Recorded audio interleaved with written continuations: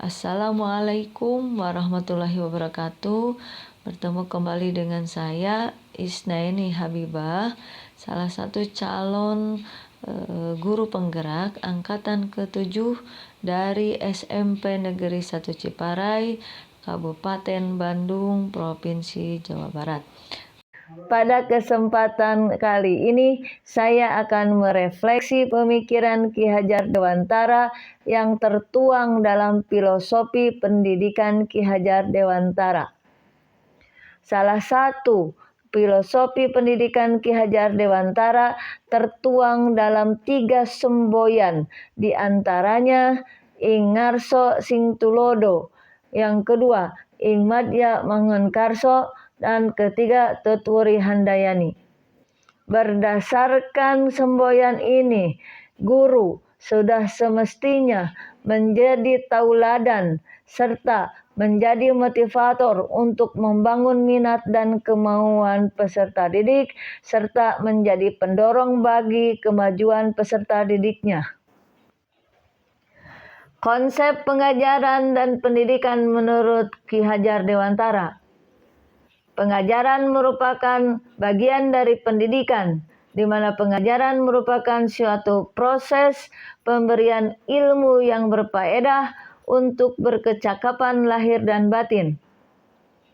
Sedangkan pendidikan merupakan tuntunan terhadap kekuatan kodrat yang dimiliki anak untuk mendapatkan kebahagiaan dan keselamatan yang setinggi-tingginya, baik sebagai manusia maupun sebagai masyarakat.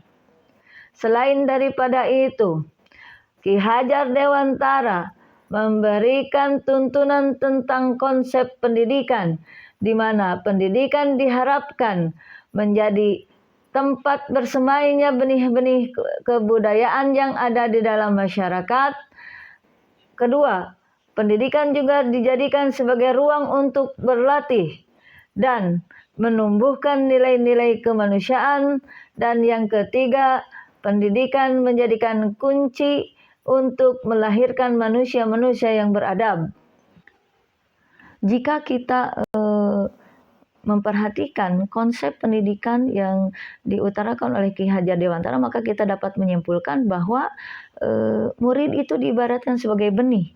Guru adalah petaninya dan pendidikan itu adalah lahannya. Sekarang, jika kita contohkan benih itu adalah benih yang baik, tetapi kalau kita tidak merawatnya dengan baik dan ditempatkan di lahan yang tidak baik, maka benih itu tidak akan tumbuh dengan baik. Sebaliknya, benih yang kurang baik akan tumbuh menjadi baik jika memang ditempatkan di tempat atau di lahan yang baik dan dirawat dengan baik. Begitupun dengan peserta didik kita.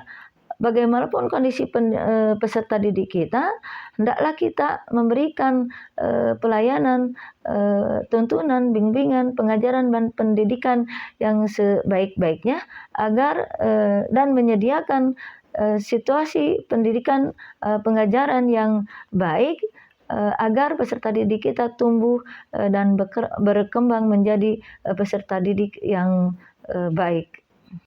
Satu hal yang harus dipahami oleh seorang guru dalam menjalankan fungsinya sebagai guru maupun sebagai pendidik, yakni guru harus mampu memahami kodrat peserta didiknya.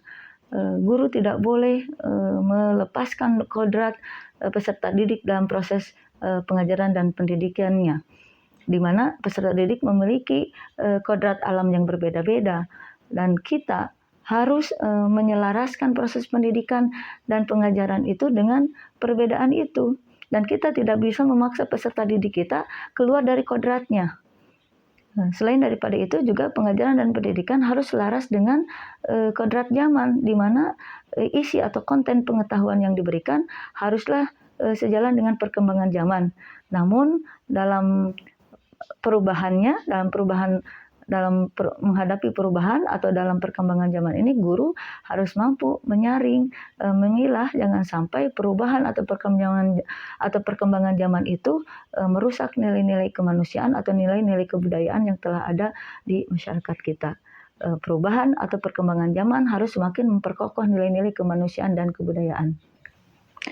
Mari kita didik anak-anak kita, peserta didik kita, sesuai dengan kodratnya, kita ciptakan suatu proses pengajaran pendidikan yang aman, nyaman, dan tentu menuju pada pembelajaran serta pendidikan yang merdeka.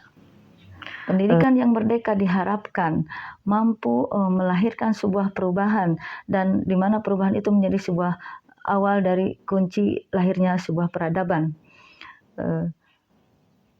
Perubahan itu diharapkan juga muncul dalam bentuk budi pekerti. Budi pekerti merupakan watak atau karakter yang dihasilkan dari penggabungan pemikiran, perasaan atau kemauan, dan tenaga. Budi pekerti merupakan watak atau karakter yang terlahir dari gabungan pemikiran, perasaan atau kemauan, dan terlahir dalam bentuk tenaga.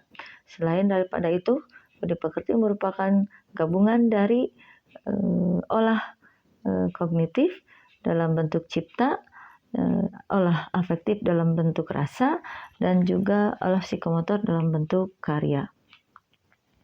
Pendidikan budi pekerti hendaklah dilakukan di dalam keluarga sebagai ekosistem terkecil yang pertama dan utama. Keluarga diharapkan menjadi tempat melatih dan menumbuh kembangkan nilai-nilai budi pekerti yang baik, nilai-nilai sosial, dan nilai-nilai kemandirian.